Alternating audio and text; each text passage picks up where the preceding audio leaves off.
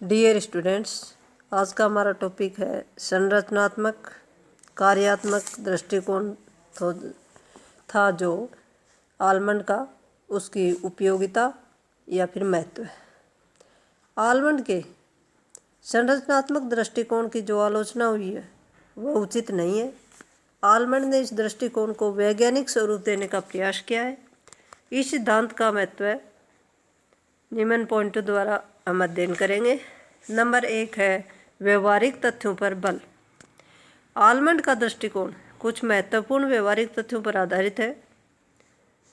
3 तथ्य व्यवहारिक हैं। नंबर 1 है राजनीतिक प्रणाली की संरचना कौन सी है।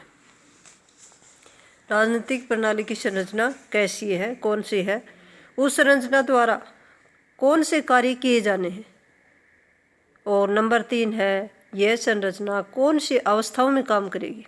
इन 3 प्रश्नों के उत्तरों का विश्लेषण करने के समस्त राजनीतिक प्रणाली का अकेला विश्लेषण और भिन्न भिन्न राजनीतिक प्रणालियों का तुलनात्मक विश्लेषण किया जा सकता है। आलमंड के इस दृष्टिकोण को या उनकी प्रणालियों का ये एक महत्वपूर्ण पक्ष है कि राजनीतिक दृष्टिकोण प्रणाली के व्यवहारिक तथ्यों के आधार पर तुलनात्मक राजनीति का अध्ययन करता है। पॉइंट नंबर 2 है राजनीतिक प्रणालियों की कार्यशीलता को अधिक प्रभावशाली बनाने पर बल। आलमंड ने 1966 में यह विचार पेश किया था कि प्रत्येक राजनीतिक प्रणाली के लिए यह आवश्यक है कि वह नई पैदा हुई परिस्थितियों का सामना करने की योग्यता रखती हो। यह तभी संभव हो सकता है यदि राजनीतिक प्रणाली अपने सामर्थ्य का विकास करती रहे। जो राजनीतिक प्रणाली गतिहीन बन जाती है और उसकी कार्य प्रणाली में गतिशीलता नहीं होती है तो वह राजनीतिक प्रणाली अपने उद्देश्यों की पूर्ति नहीं कर सकती है। आलमंड ने इस बात पर बल दिया कि प्रत्येक राजनीतिक प्रणाली के लिए क्षमता का निरंतर विकास करना आवश्यक है ताकि राजनीतिक प्रणाली प्रभावशाली बनी रहे। पॉइंट नंबर 3 है मिश्रित राजनीतिक संस्कृति को मान्यता।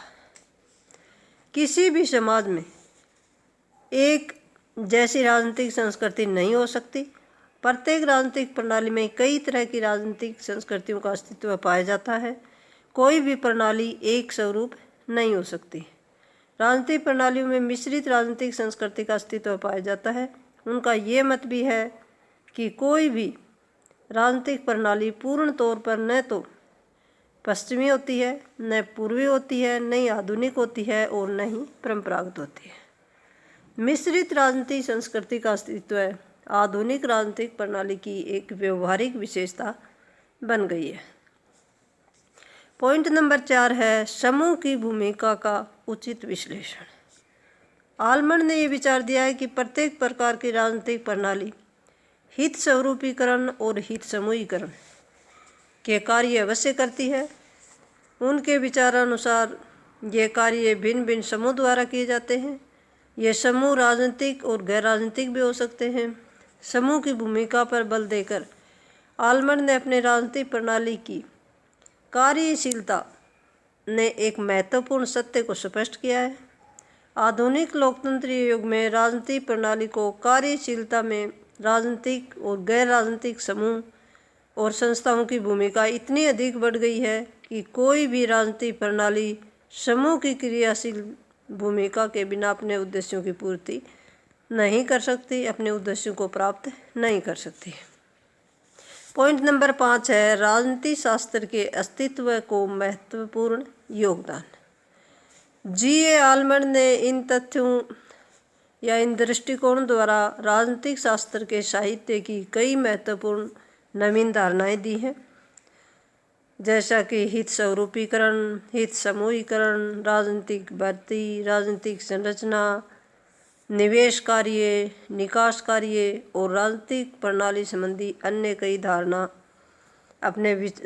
में अपने विचार पेश करके जी.ए. आलमंड ने जहाँ राजनीतिक शास्त्र के साहित्य को और अधिक समृद्ध बताया है और अधिक शक्तिशाली बनाया है, वहीं उन्होंने राजनीतिक शास्त्र का आधुनिकीकरण करने संबंधी अनेक योगदान दिए।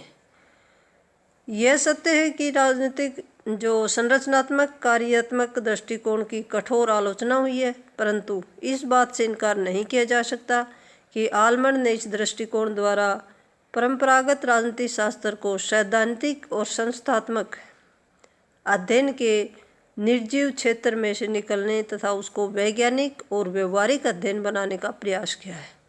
आलमंड ने इस बात को भी पक्का किया है कि समाजवादी प्रणालियों का भी तुलनात्मक अध्ययन करने से लाभदायक परिणाम निकाले जा सकते हैं। Thank you.